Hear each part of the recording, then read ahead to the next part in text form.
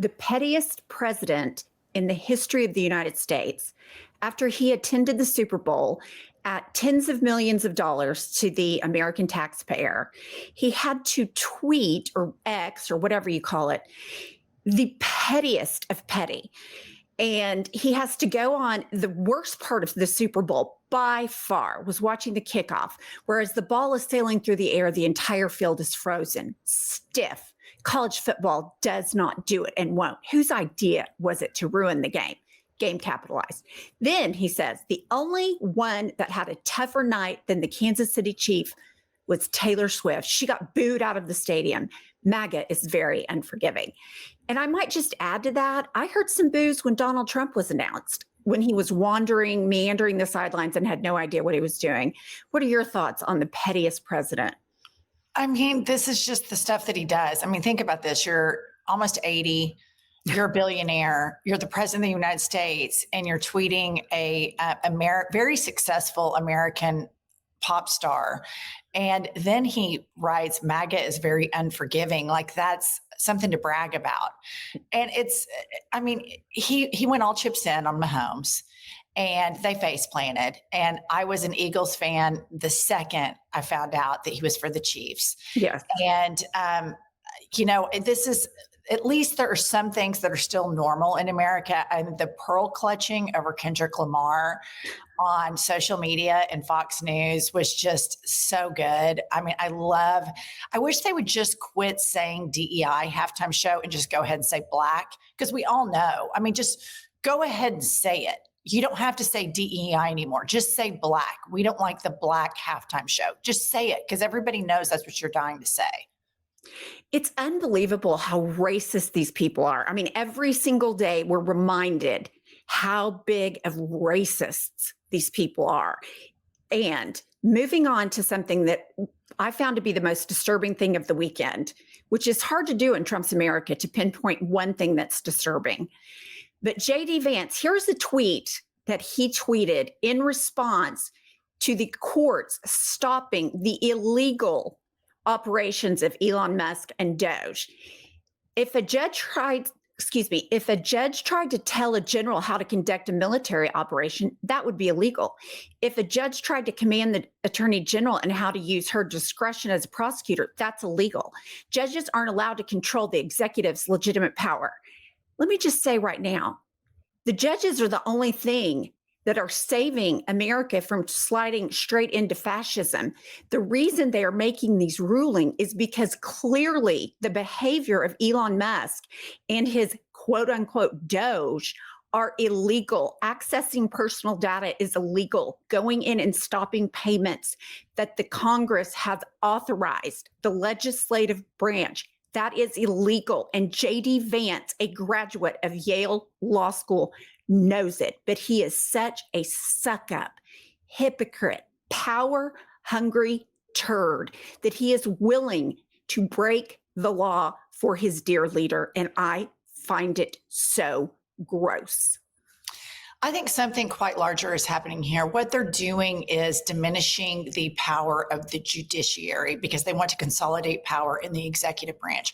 Prior to JD Vance sending out this tweet, Elon Musk sent one out demonizing the judiciary. And this is what they do. We all know from civics class, there are three branches of government. They are trying to delegitimize the judiciary branch. And we know in Elon Musk's tweet, he referred to these judicial rulings as a coup. We know that MAGA projects what they're about to do. This is a tell. What Elon Musk is doing is he's trying to project and saying the judiciary is about to initiate a coup, when in all actuality, it is the executive branch that is trying to initiate a coup. And this is what MAGA does. They break down institutions. They've broken down the rule of law by attacking the FBI, the CIA, et cetera. And they've attacked free and fair elections for years and years and years. And now they are attacking the judiciary.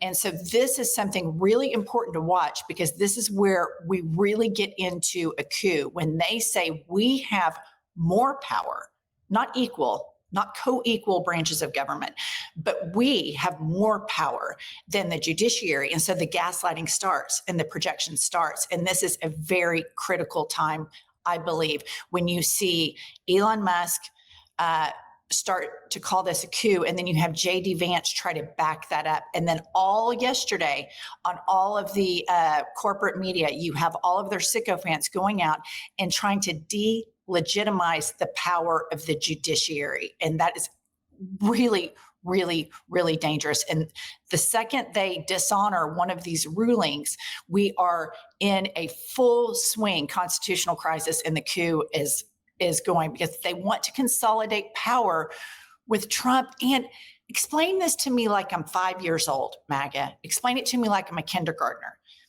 How is it, if you're MAGA, make America great again, we're real Americans, Barack Obama's a fake American, et cetera, that you've gone all chips in on a South African born man who wasn't elected to take away and dismantle the American government?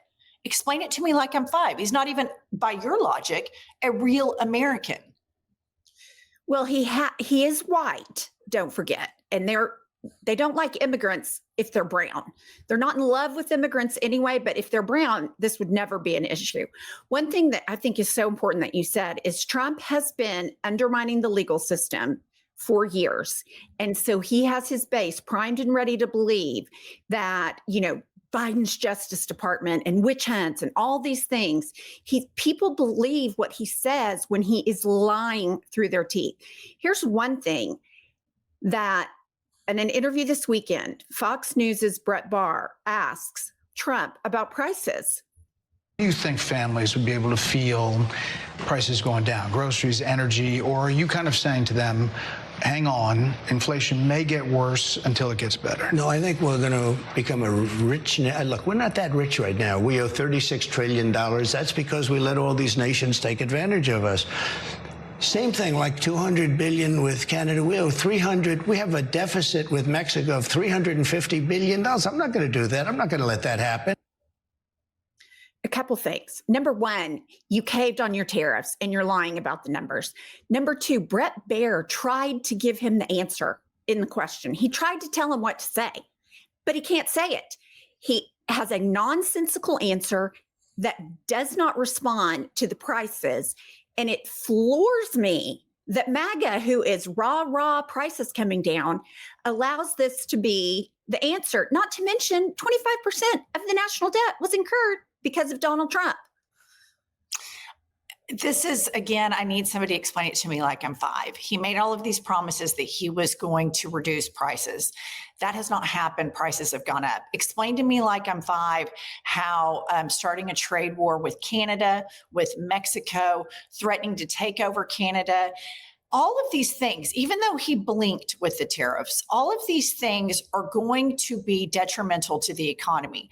Canadians, by and large, have sworn not to buy American products anymore. They have sworn not to vacation in the United States of America anymore. This same effect is happening in Europe. They don't want to vacation here. They don't want to support us at all. These are going to have cascading economic effects. And everything that this man touches dies. And I mean, on a real petty level, look at what happened to the Kansas City Chiefs last night. But everything MAGA touches dies. And here's where it's going to get really painful for these people. Trump won over white working class voters. And Elon Musk, the richest man in the world, is going and taking away benefits from the people in this country that rely upon them. On another note, the richest man in the world is taking away life-saving medications and food for the poorest babies in the world. Meanwhile, these working class voters are Jesus followers.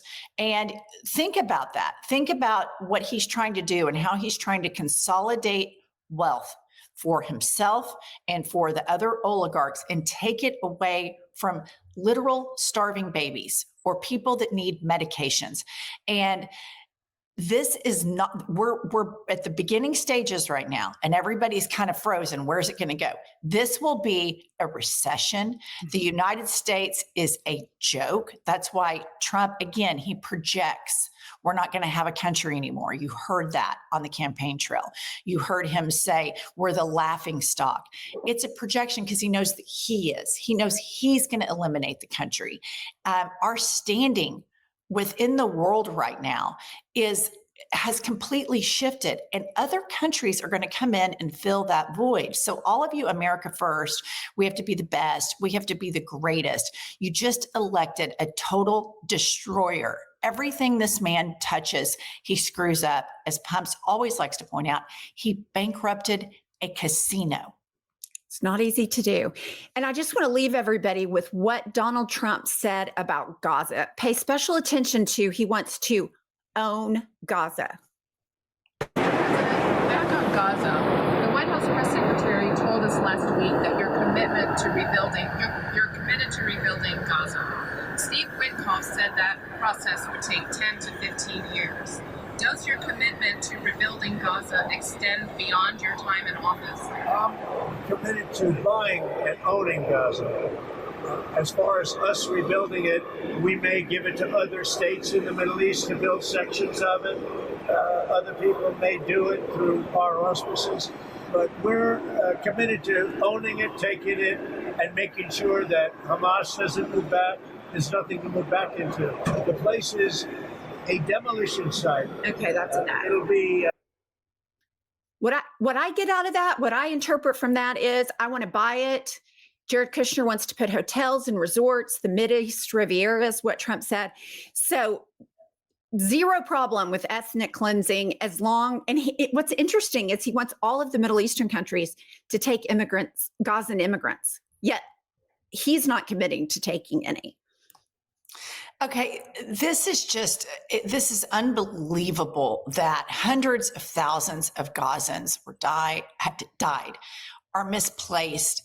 And he wants the United States of America to buy and own Gaza. So explain to me, MAGA voters, again, like I'm 5, how the America First agenda and using your taxpayer dollars to buy land that is not ours and jumping into what will be military conflict. There's just no question about it. Also explain to me how this doesn't foster more anti-American hate, anti-democratic hate.